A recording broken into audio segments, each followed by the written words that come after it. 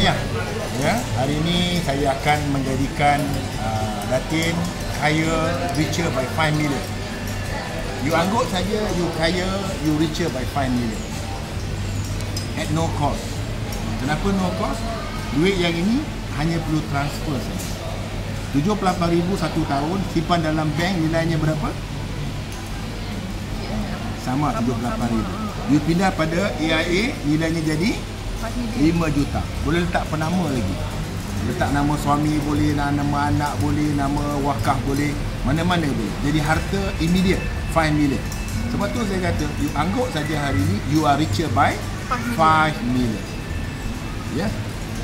Berapa nak kena transfer? 78,000. Di AIA kami ada 3 mode of payment. Pertama 1 tahun, 78,000 satu tahun. Yang kedua 2 tahun, lebih kurang dalam 150-160,000, bayar 2 tahun.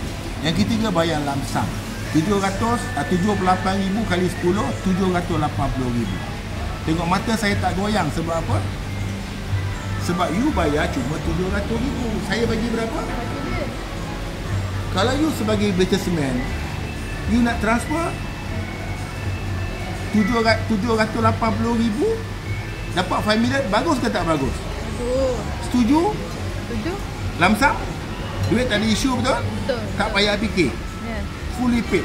Niaga naik turun, nak beli hotel ke nak beli apa, terus tak ada risau. Sebab benda ni, saya dah fully paid, satu program 5 juta, something happen, saya dah bagi pada keluarga saya 5 juta.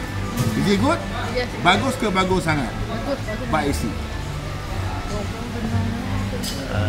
Itu je closing. Itu nampak tu kalau saya pegang kaki Power itu je. ketak. Masa tu kaki. Goyang